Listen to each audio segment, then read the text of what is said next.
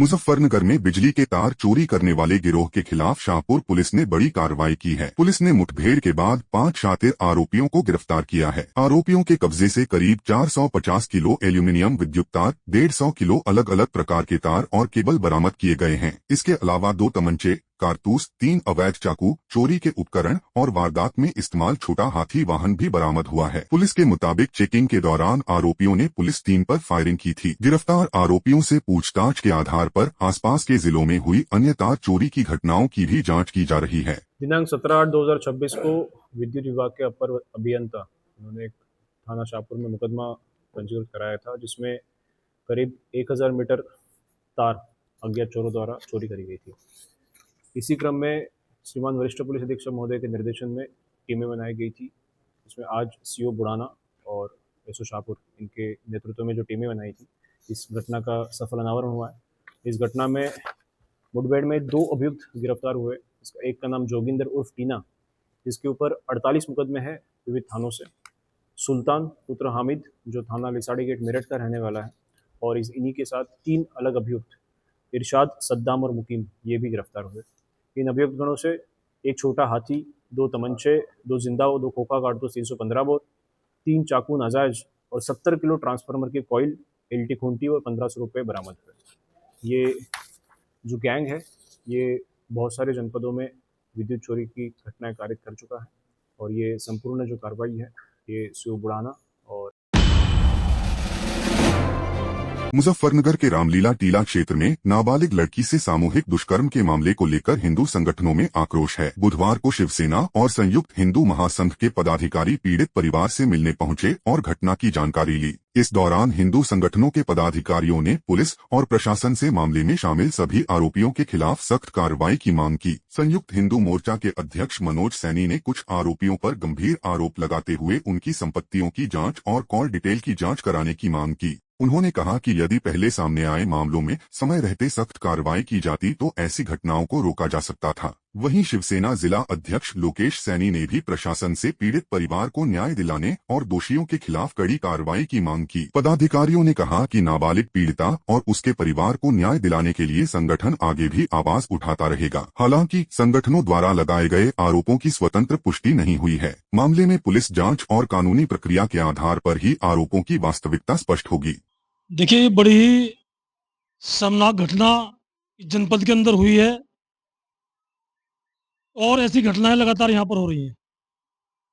पहले भी एक बिमलाना गांव में इस तरह की घटना हुई थी, जब एक दलित लड़की महाराष्ट्र से बरामद हुई थी, और आज पुलिस प्रशासन हमें संतुष्ट करने के लिए कार्रवाई करके दिखा रहा है।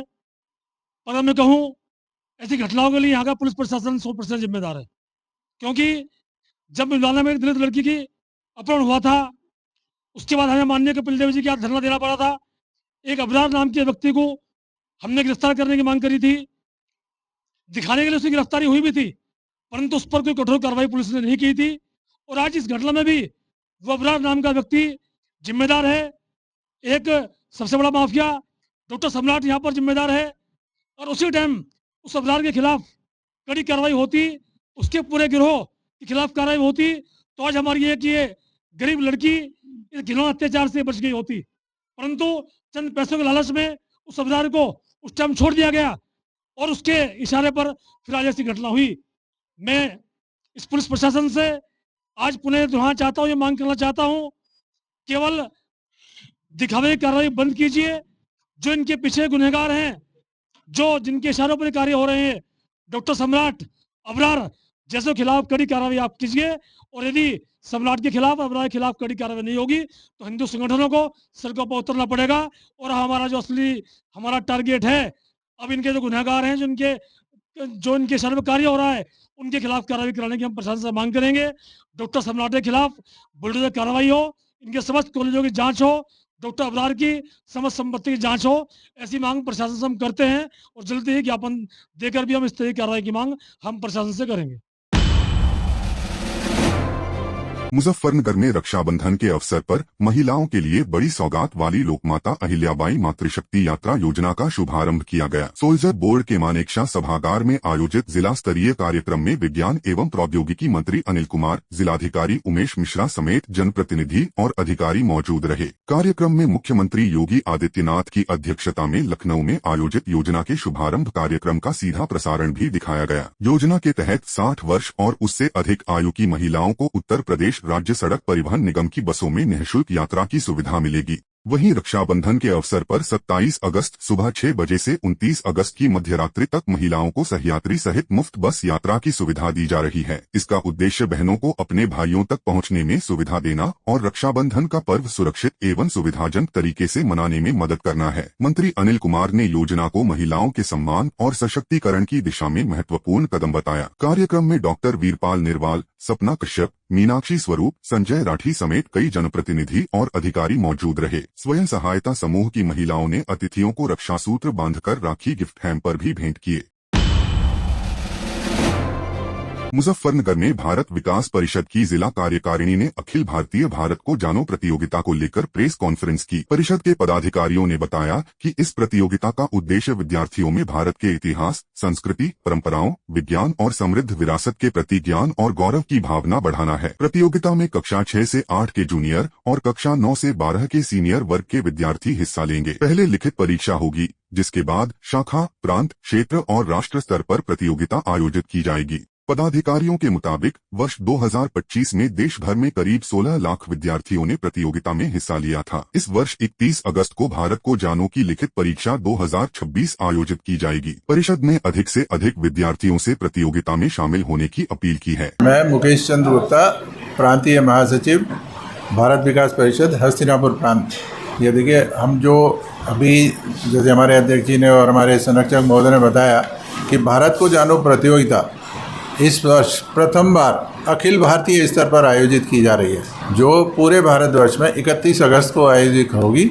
और इसमें पूरे भारतवर्ष में लगभग 78,000 विद्यालयों में और 16 से 20 लाख बच्चों के बीच ये प्रतियोगिता आयोजित की जाएगी।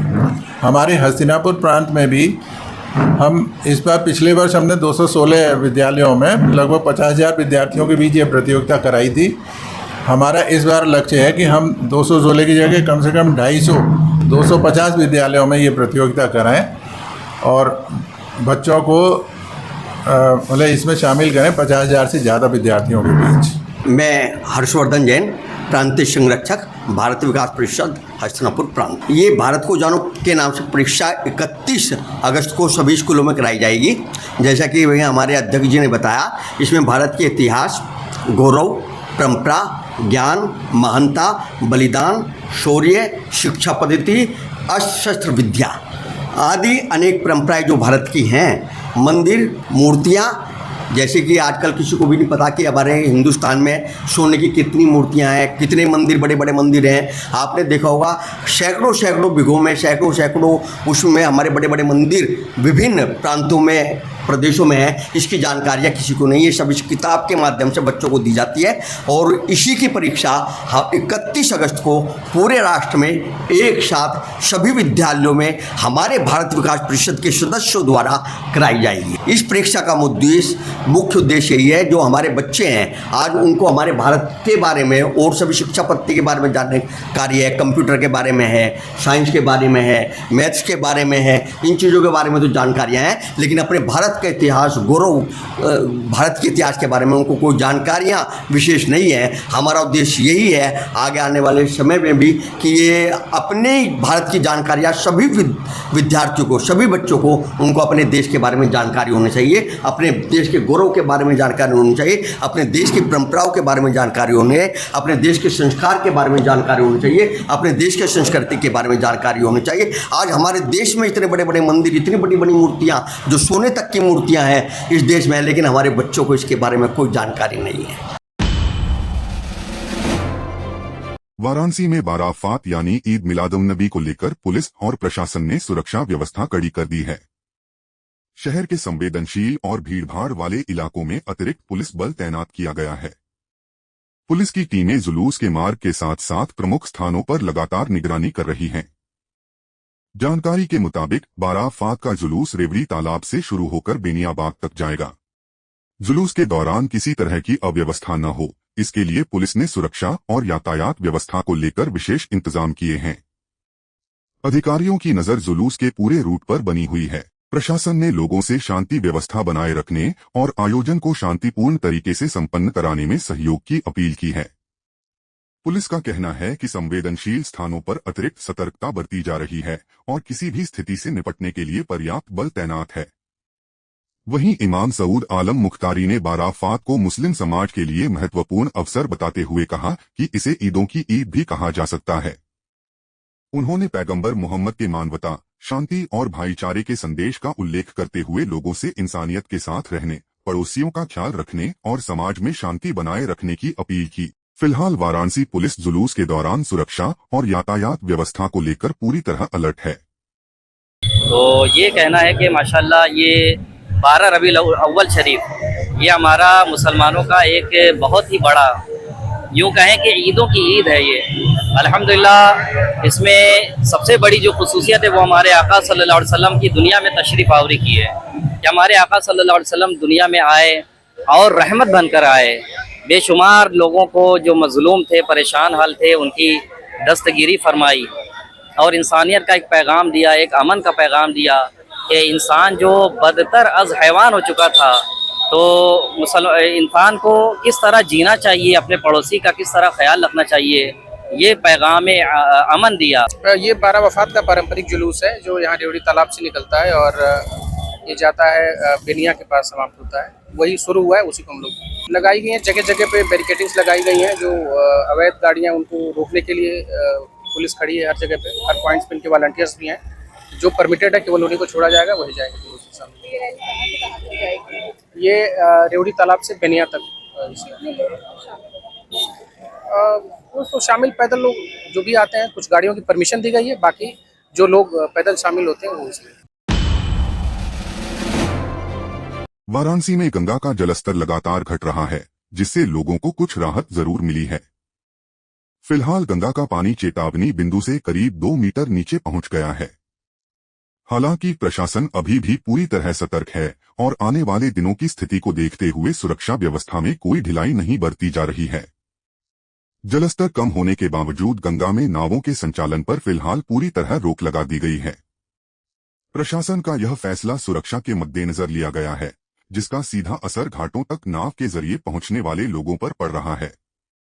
सबसे ज्यादा परेशानी मणिकर्णिका और हरिश्चंद्र घाट पर शवदाह के लिए आने वाले लोगों को हो रही है। सामान्य दिनों में कई लोग नाव के जरिए इन घाटों तक पहुंचते हैं, लेकिन नाव संचालन बंद होने के कारण उन्हें वैकल्पिक रास्तों का सहारा लेना पड़ रहा है। गंगा का पानी नीचे जाने के बावजूद तटीय इलाकों में रहने वाले लोगों और प्रशासन की चिंता अभी पूरी तरह खत्म नहीं हुई है। प्रशासन हालात पर लगातार नजर बनाए हुए है और जलस्तर में किसी भी बदलाव को देखते हुए आगे के फैसले लिए जाएंगे। फिलहाल लोगों से प्रशासन के निर्देशों का पालन करने और सुरक्षा को प्राथमिकता देने की अपील की जा रही है। आगरा के धूलियागंज इलाके के धौबीपाड़ा में उस वक्त हड़कंप मच गया जब अचानक सड़क का एक हिस्सा धंस गया। सड़क के धंसने से वहां खड़ी एक मोटरसाइकिल और टोरेंट पावर का कनेक्शन बॉक्स जमीन के अंदर समा गया। गनीमत रही कि हादसे के दौरान बाइक सवार बाल बच गया। घटना की सूचना मिलते ही अधिकारी मौके पर पहुंचे और पूरे मामले का जायजा लिया। सहायक नगर आयुक्त अशोक प्रिया गौतम के मुताबिक रात में हुई हल्की बारिश के बाद सीवर लाइन में लीकेज के कारण जमीन के नीचे की मिट्टी कमजोर हुई और अचानक धंस गई। इसी वजह से सड़क का हिस्सा बैठ गया और वहां मौजूद बाइक तथा बिजली कनेक्शन बॉक्स भी गड्ढे में समा गए। वहीं स्थानीय निवासी आशुतोष कनौजिया ने बताया कि उन्हें रात करीब 3 बजे घटना की जानकारी मिली। सूचना मिलते ही वह अपनी बाइक देखने मौके पर पहुंचे, लेकिन वहां का नजारा देखकर हैरान रह गए। उनकी मोटरसाइकिल सड़क में धंस चुकी थी। फिलहाल अधिकारी मौके पर स्थिति की जांच कर रहे हैं और सड़क को सुरक्षित करने के लिए आवश्यक कार्रवाई की जा रही है। हादसे ने एक बार फिर सीवर लाइन की मरम्मत और सड़क की सुरक्षा व्यवस्था पर सवाल खड़े कर दिए हैं। रक्षाबंधन से 2 दिन पहले दमन में देश की समुद्री सीमाओं की सुरक्षा करने वाले तटरक्षक बल के जवानों के साथ महिलाओं ने रक्षाबंधन का पर्व मनाया। महिला मंडलों की महिलाओं ने जवानों की कलाई पर राखी बांधी और उनकी लंबी उम्र तथा सुरक्षित जीवन की कामना की। इस दौरान महिलाओं ने तटरक्षक जवानों के प्रति सम्मान और आभार जताया। महिलाओं ने कहा कि ये जवान न केवल देश की समुद्री सीमाओं की रक्षा करते हैं, बल्कि समुद्र में मुसीबत में फंसे मछुआरों की मदद के लिए भी हमेशा तत्पर रहते हैं। महिला मंडल की अध्यक्ष सेजलबेन तनौली ने बताया कि उनका संगठन पिछले 4 वर्षों से तटरक्षक बल के जवानों के साथ रक्षाबंधन का पर्व मनाता आ रहा है और इस वर्ष यह 5वां अवसर है। उन्होंने कहा कि वे जवानों की सुरक्षा, दीर्घायु और मातृभूमि के प्रति उनके समर्पण की कामना करने आई हैं। राखी बांधने के दौरान जवानों और महिलाओं के बीच भाई बहन जैसा आत्मीय रिश्ता देखने को मिला। इस आयोजन ने देश की सुरक्षा में तैनात जवानों के प्रति सम्मान और सामाजिक जुड़ाव का संदेश दिया। सेजल बसवराज तलोली। आज यह रक्षाबंधन का त्यौहार हम कोस्ट गार्ड दमन के अंदर मनाने आए हैं। श्री योग वेदांत सेवा समिति और महिला उत्थान मंडल के तरफ से हम बहनें, सेलवास वापी दमन की बहनें यहाँ पे आई हुई हैं। ये भाइयों को हम पिछले 4 वर्ष से हम ये प्रोग्राम यहाँ पे कर रहे हैं। ये हमारा 5वां वर्ष है और हम यहाँ पे इन भाइयों की सुरक्षा के लिए, ये इनकी आयुष्य लंबी हो और ये सदैव हमेशा मातृभूमि की सेवा में तत्पर तो रहते ही है। भारतीय तटरक्षक संस्थान दमन जो है वो यहाँ तकरीबन 40-50 साल से है और यहाँ के लोगों का जो प्यार है वो उसका ही एक ये अवसर है कि वो लोग हमारे पास आए हैं और वो बहनें हमारे पास आई हैं और हमारे जवान जो लोग हैं जिनके परिवार यहाँ नहीं हैं या जिनके परिवार यहाँ हैं और उन सभी को सम्मानित करने आई हैं, अपने बहन और भाई का प्रेम दिखाने आई हैं।